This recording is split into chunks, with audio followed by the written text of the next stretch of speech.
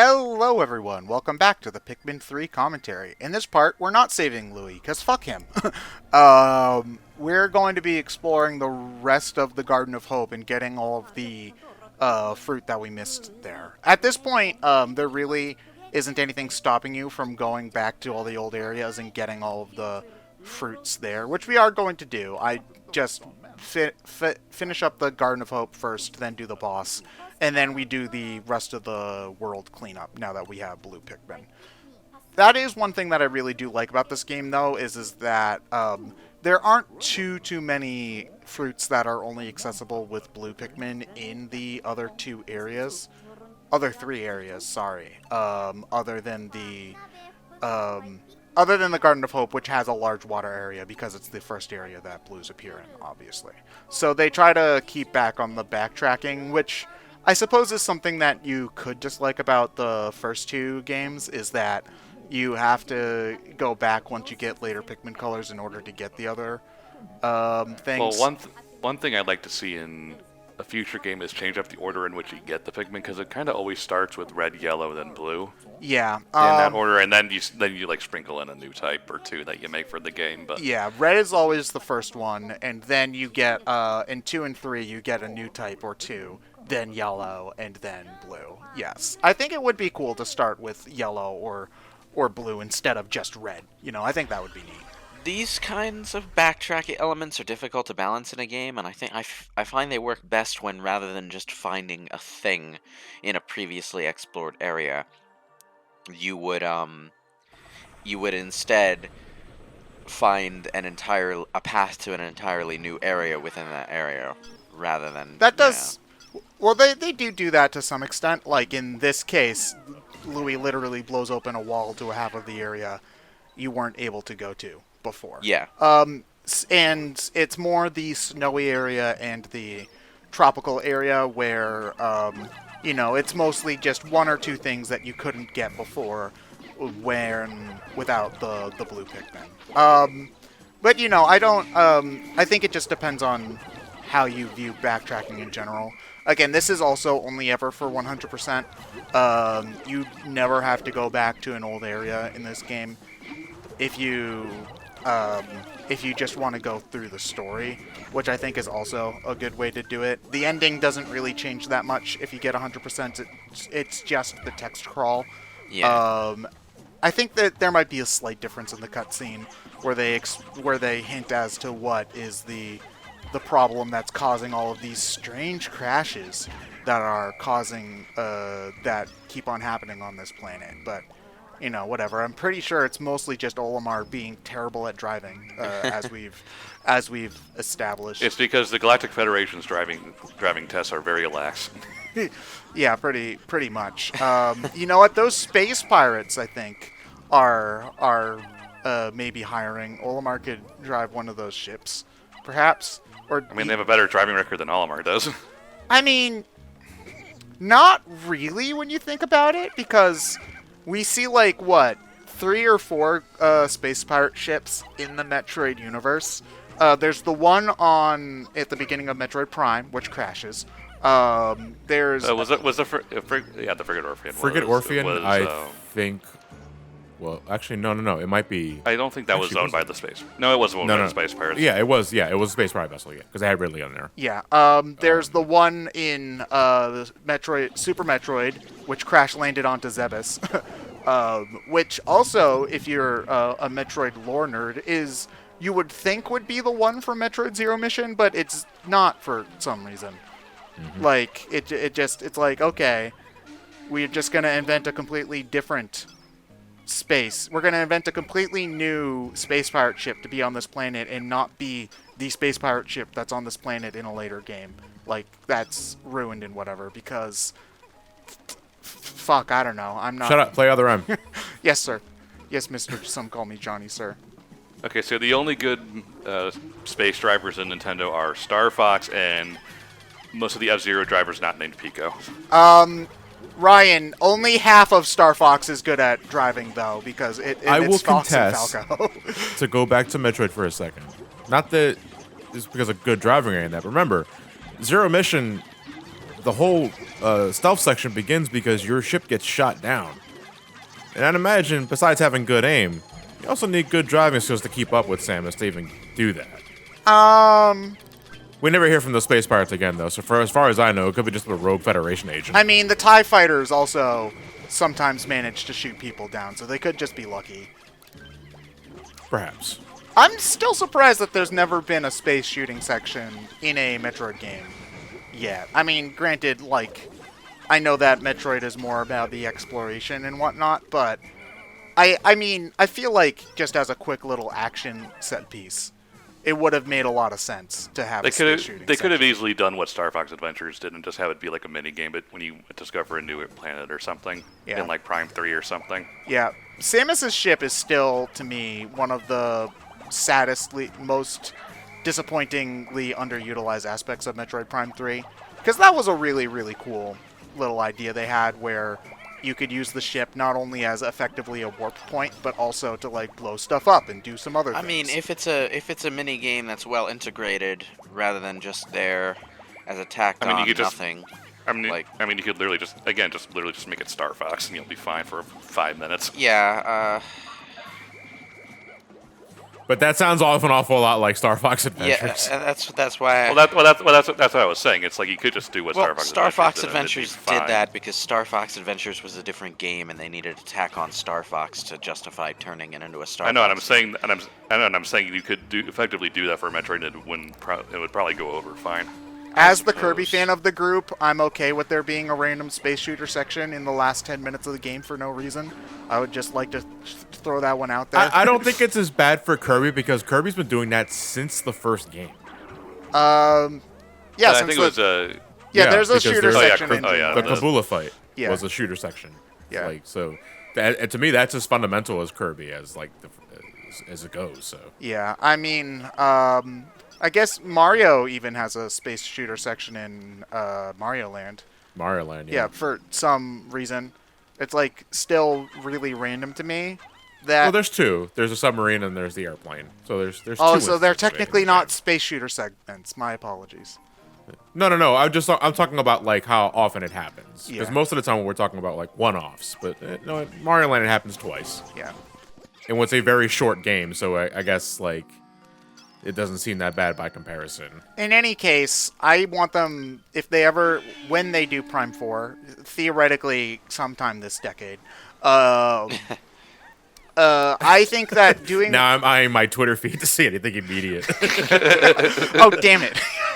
We're talking about this last part. Fuck, we just made Metroid Prime 4 get delayed till 2031. Damn it. Well, it only happened because John pointed it out. So, is this like Schrodinger's delay, where Nintendo does and does not have their finger over the button to make that post, depending on whether or not we post this part right now? Should we just stop and re-record just in case? Sir, they said the thing. All right, gamers first, fun first. Oh, but Fuck BrainScratch. wait, boss! They just called it out intentionally. We can't do it now. Oh, damn it. Fuck But those. now they're lampshading it. Do we press it or not? Curse those BrainScratch boys. They drive me to drink. Oh, man. But anyway, yeah, they should do something with the ship in Metroid Prime 4, because that still to this day is the most disappointing part of Prime 3, is that the ship was really cool, but you never use it for anything ever. Well, okay, you can like blow up that one boss with the ship missiles, which is neat. But other than that, you don't really do much. So, yeah. Note that I'm preemptively mentioning that for that one dick in the comments who's like, but actually you can, please don't be that guy. Thank you. That is. By provoking them, they're going to be that guy anyway. Oh, fuck. So is it this Schrodinger's YouTube comment? Yeah, Schrodinger's YouTube comment. Yes. You see, Okay. now... Funny.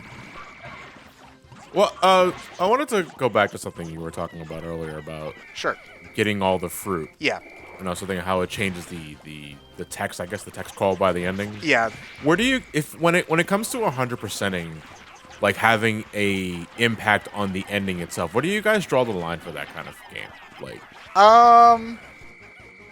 Like, is there ever a time where you're playing a game where just playing it like front to back, beginning to end, without really collecting anything, feels like, no, this is wrong? It's like, I have to get everything. It depends on the type of game for me.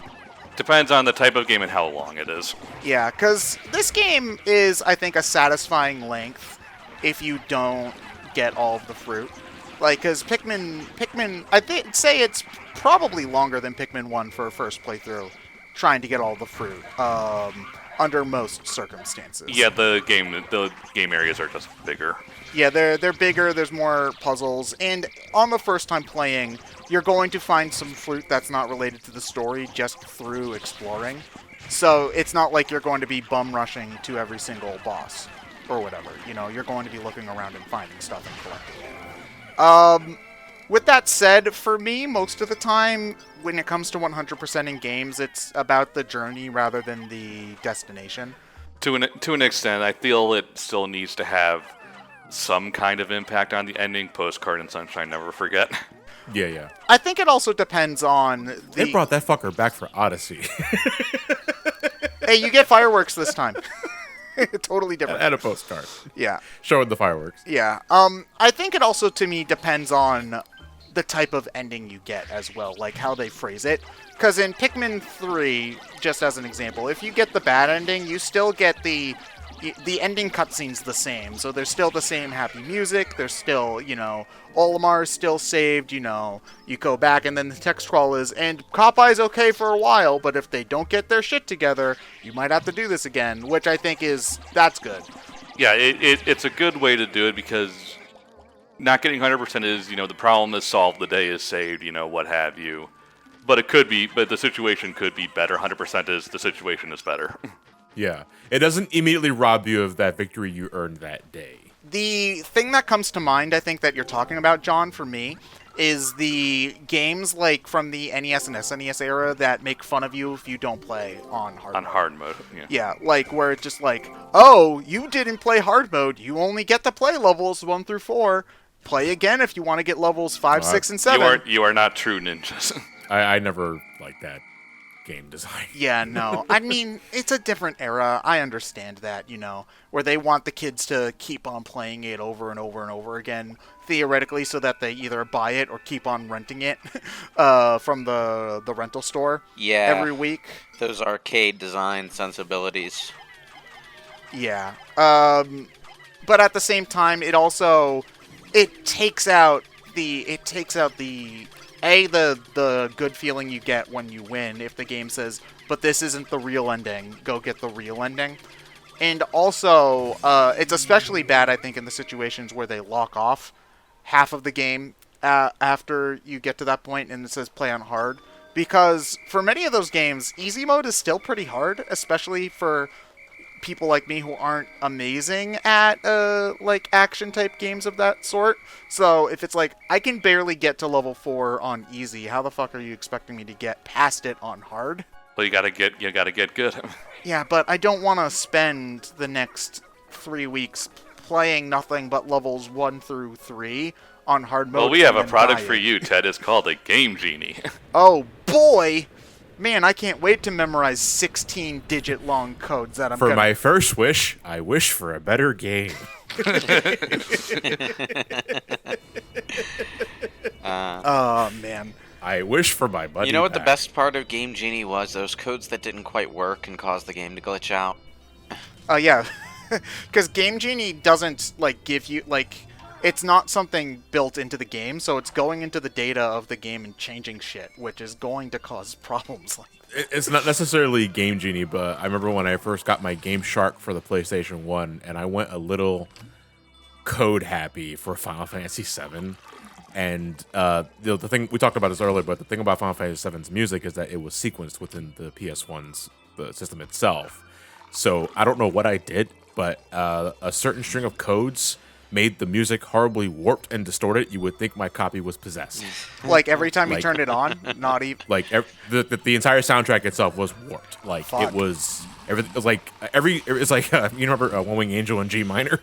Ooh, you went But the entire soundtrack. You went and made all the MIDI files off key, huh? Yes. I don't know how. John. It made Man in the Mirror, but it's a disaster on your PlayStation. Notably less foot taps, yes.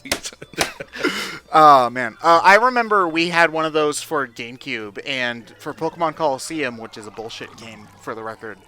We were so tired. Me and my friend were so tired of trying to catch Pokemon in that game that we glitched in 99 Master Balls using one of those. And guess what? It reformats your memory card if you do that sometimes, because the memory card's like, what the fuck is up with your save file? Just get rid of all that shit.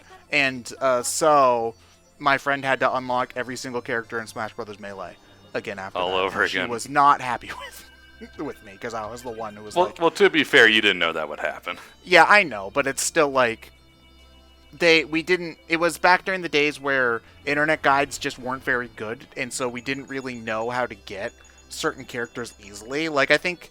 You mean the GameFAQs thread about how you can unlock Sonic, Tails, and Toad was lying to me? I know, right? James Bond isn't actually in the game. What assholes? I thought you were saying James Bond actually isn't in 007, idiots. I mean, It is a visual representation of James Bond. what? This is not a pipe. We'll see you next time for Pikmin 3. Bye, everyone.